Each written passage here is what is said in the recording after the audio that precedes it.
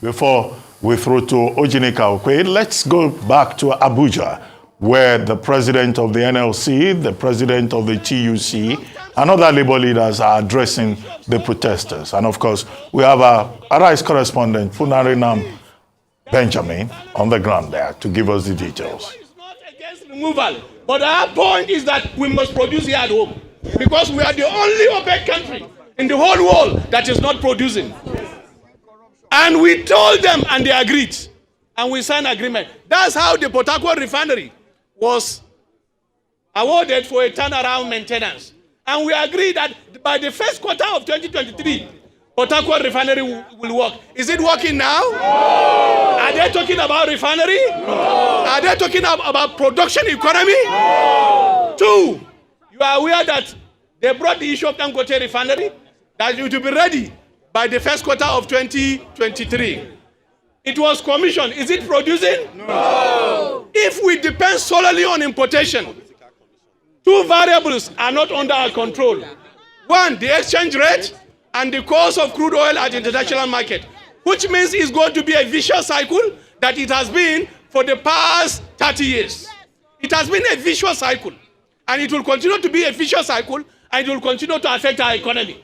And therefore, government must come with three plans: immediate, medium, and long-term plan. I've not seen that on the table. It's a fire brigade approach. It's a quick pill that will relieve only pain for now, but the pain will remain with us perpetually. What will address this issue is actually the issue of production.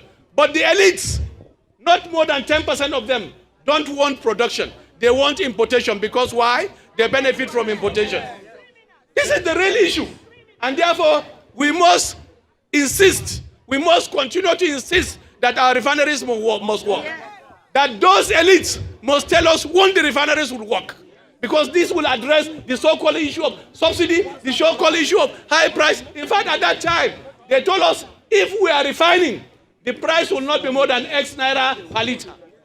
That is the last solution that can address this issue. So nobody is talking about that. In fact, we even discussed the issue of power, which was headed by a minister. And we said even the tariff of power can be reduced if we reduce the price of gas to the generating companies. And we agree on that. We recommended what can be done. But here we are today in the same vicious cycle. And Nigerians are suffering. We are suffering. Every worker on fixed wages is feeling the pinch of this impact. I didn't see how the palliative will address this problem, because the palliative is only a temporary measure. But the issue of the price increase will be a permanent issue. I'm telling you, once the exchange rate goes up, and it continues to go up, the price will increase. Once the price of crude oil at the international market goes up, they will continue to increase. Because these are the two variables. Nobody is telling us about this. And this is what we need to interrogate. We are exporting our jobs and importing poverty. Our economy is not working because we are using the few dollars to import products. And we are giving them a permanent solution, free of charge. Can we not refine? It's not rocket science. Refining petroleum products is not rocket science. We have looked at many countries of the world. There are countries like the US that have more than 100 refineries.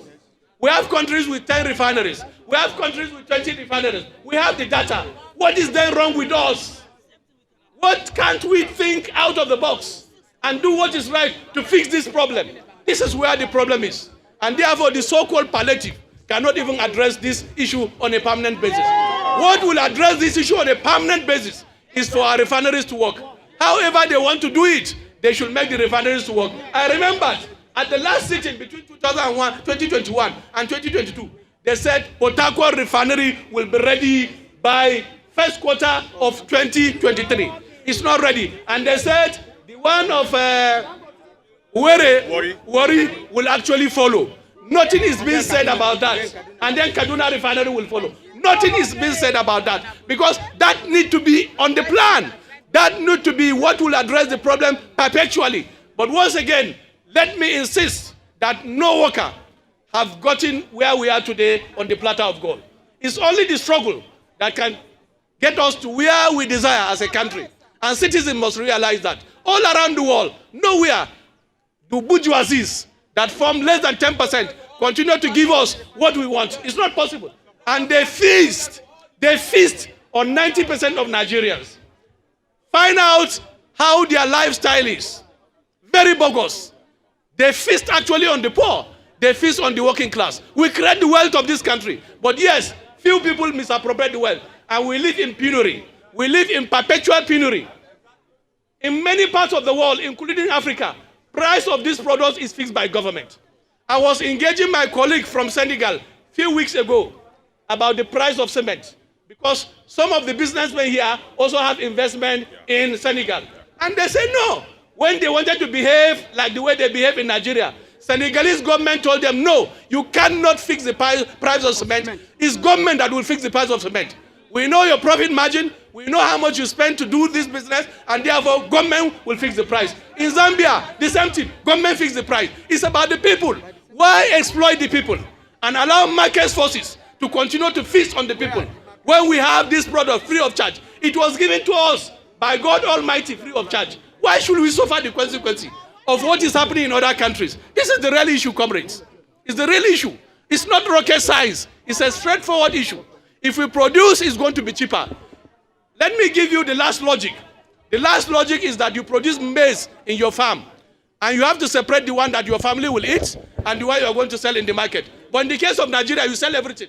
And you come and be complaining that the price of this thing is high. It's because of subsidy. It's because we are not using our brains, and because Nigerians have been taken for granted for a very long time. This is the real issue. And therefore, the struggle will continue, and we are going to succeed by the grace of God.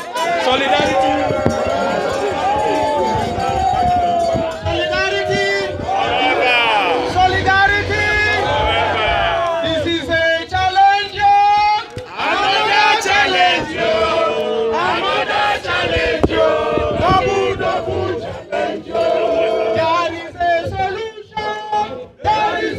Solution.